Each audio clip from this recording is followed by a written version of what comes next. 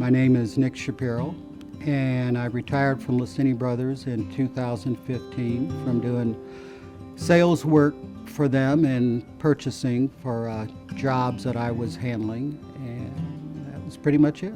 Started out on the dock doing, no, that's not true. It wasn't shipping and receiving at first. It was just shop help. And the guy that was doing the shipping and receiving was let go. And they asked if I wanted to do that, so it sounded better than what I was doing, so I said sure. And then someone retired, and I asked Bob, I'd like to do sales in the office, and he said, sure, because I had a lot of background with the metals industry from my own family's business. So went to the office, did sales work, purchasing. That was what I did till I retired. I guess the first time that I actually worked for the company itself was 71, something like that. It was when they moved from Menard to Jefferson, and I helped move them with my father's truck.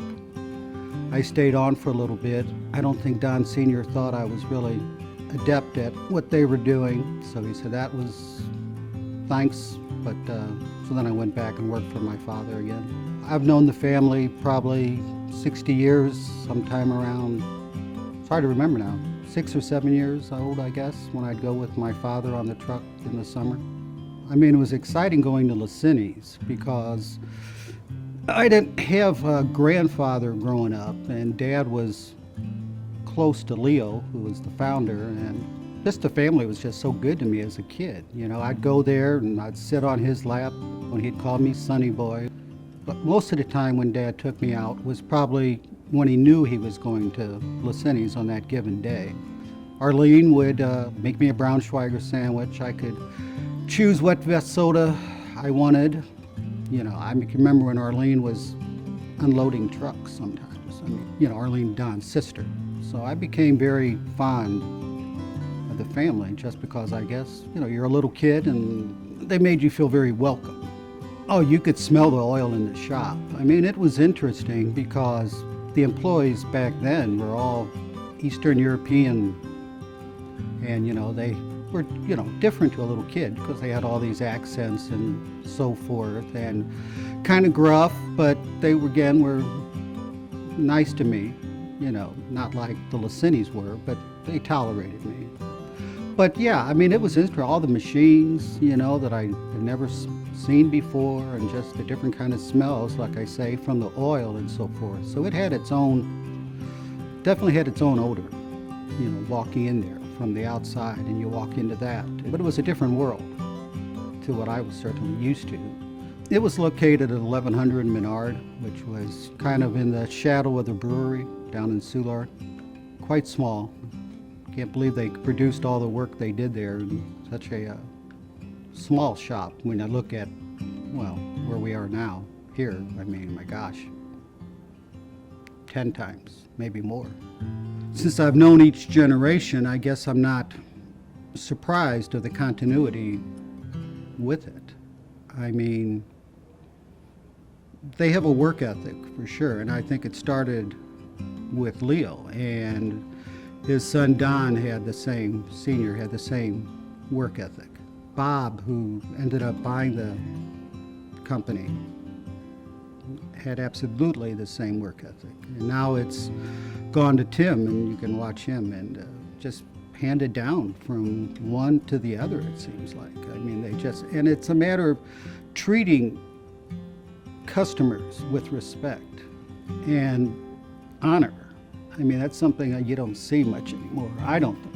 You just don't see that kind of honor the way people treat each other in business. I mean, to me, it's just not there. I mean, it is on cases. I mean, Laciny's not the only one, obviously, but they're one of the few that I've come in contact with over the years that I've been working, and to see that kind, I mean, that's impressive. And even watching Bob Laciny grow, because I knew him when he was a teenager, when he first started with the company. That was the first time I had met Bob. I would be going in there for my father's work. I mean, Don Sr. would let me use his shear if I had to shear up some sheets or something, or I could use their cut-off saw to cut the size tubing and so forth. So, I'd go in and they let me use their equipment. And then I met Bob and started talking with Bob. And he was like I am, very reserved, quiet. I mean, kind of in the background. And then watching him through the years, and then all of a sudden, it was gradual, but then he just became so much more outgoing. And just watching him grow from this quiet guy to somebody that was, I would say, well, he could be boisterous. It was interesting. It's grueling work. I mean, it can be very satisfying once the product is finished and you see the tank that you built or a hot cell that you built. When you see the end of it, it's kind of like, wow, look what we did. You look at the stainless tree outside of the art museum that they polished. You drive by that now and you look at that and you go, oh. So it was satisfying, but it could be pretty grueling. Moving to the office, and I was there for many years. I mean, that was certainly more enjoyable. I mean, there was definitely a camaraderie in the office. Almost everybody got along, for the most part, mutual respect. It was work, but it certainly, that was a lot more enjoyable. Be able to go in the office, sit down, talk to Bob about music or, whatever. It was very enjoyable. I mean, I can't say I ever looked forward to going to work. I was never that kind of person that looked forward to going to work, but I certainly didn't mind going to work. I mean, for me, again, the family, and, I still feel part of it.